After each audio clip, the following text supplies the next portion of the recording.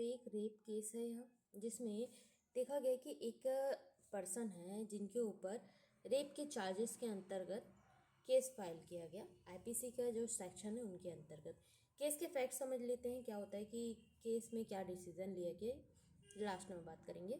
जब देखा गया है कि जब यह केस फाइल किया गया तो जो दो पर्सन हैं जिनके ऊपर केस फाइल किया गया और जिसने केस फाइल किया था, देखा एक महिला है जिनके साथ में एक पर्सन है जो रिलेशनशिप में आ जाते हैं, बट उन्हें पता है कि जो महिला है वह कंप्लीटली मैरिड है, मतलब वह एक मैरिड वुमेन है, ऑलरेडी मैरिड है और उनके साथ में वह रिलेशनशिप में आ जाते हैं। बट वह 5 साल से साथ में रहते हैं, फ्रेंडशिप के रूप में उनकी दोस्ती हो जाती है। और वह जो पर्सन है जिनके साथ में वह रिलेशनशिप में आती है, पर्सन है जो है असिस्टेंट रेवेन्यू इंस्पेक्टर है, उनके ऊपर यह केस फाइल किया जाता है महिला द्वारा।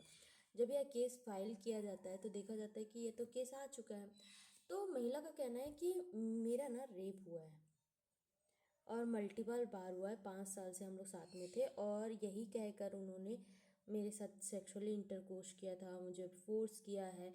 और जब पहली बार हम जब रिलेशनशिप में आए थे तो यही बोलकर हम साथ में आए थे कि हम साथ में रहेंगे और डिवोर्स हो जाएगा मेरा, और प्रॉमिस ऑफ मैरिज मतलब शादी करेंगे, उसके बाद यह कंप्लीटली देखा जाएगा कि हम साथ में रहें, मतलब फॉल्स ऑफ मैरिज के अंतर्गत यह केस फाइल किया गया।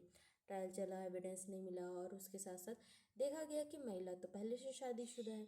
अब वो ये मैटर ऐसा मैटर आता है ना, तो इस जगह पर फैमिली कोर्ट होती है तो अलग बात है। ये तो मैटर बहुत बड़ी स्टेट लेवल से ज़्यादा सुप्रीम कोर्ट में आ गया कि, और देखा गया कि सबसे पहला फैक्ट, जो महिला है वह केस फाइल कर रही है वो तो पहले मैरिड है।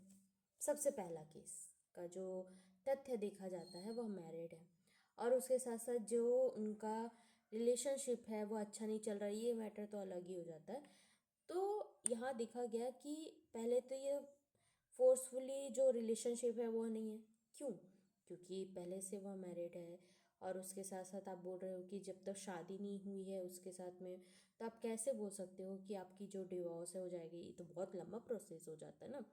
और जब यह केस फाइल किया गया, जो रेप के अंतर्गत केस फाइल किया गया, जो लड़के हैं जिनके ऊपर यह केस फाइल किया गया वो पहले, इनसे पहले एक केस फाइल कर चुके थे और उसके बाद ही यह केस फाइल किया गया। तो लग रहा है ना कि हाँ, जो केस फाइल किया गया है वह सबसे पहले तो लड़के ने एक केस फाइल कर दिया लड़की के ऊपर जो मैरिड है, जिनके साथ में वह रिलेशनशिप में थे, है ना। तो इस जगह पर इन्होंने जब ये केस फाइल किया तो उन्होंने फिर वह केस फाइल किया रेप के अंतर्गत, किनके ऊपर? इनके ऊपर। तो यह तो साफ साफ दिखाई दे रहा है कि आपने बदला लेने के लिए यह केस फाइल किया है। मैरिज आपका जो हुआ है वो कम्प्लीटली आप के रहते हुए, मतलब पति के रहते हुए आपने मैरिज किया है। तो इस केस के अंतर्गत डिसीजन लिया गया कि आपने जो किया है होशो आवाज़ में किया है और आपके ऊपर केस फाइल किया गया और सारी चीज़ें की गई, उसके बाद आपने केस फाइल किया है। तो यह कम्प्लीटली देखा जा रहा है कि यह फंसाने के लिए केस किया जा रहा है आईपीसी के, तो इस केस को कॉश कर दिया गया। आपका क्या निर्णय है, यह केस को कॉश करना था कि नहीं करना था?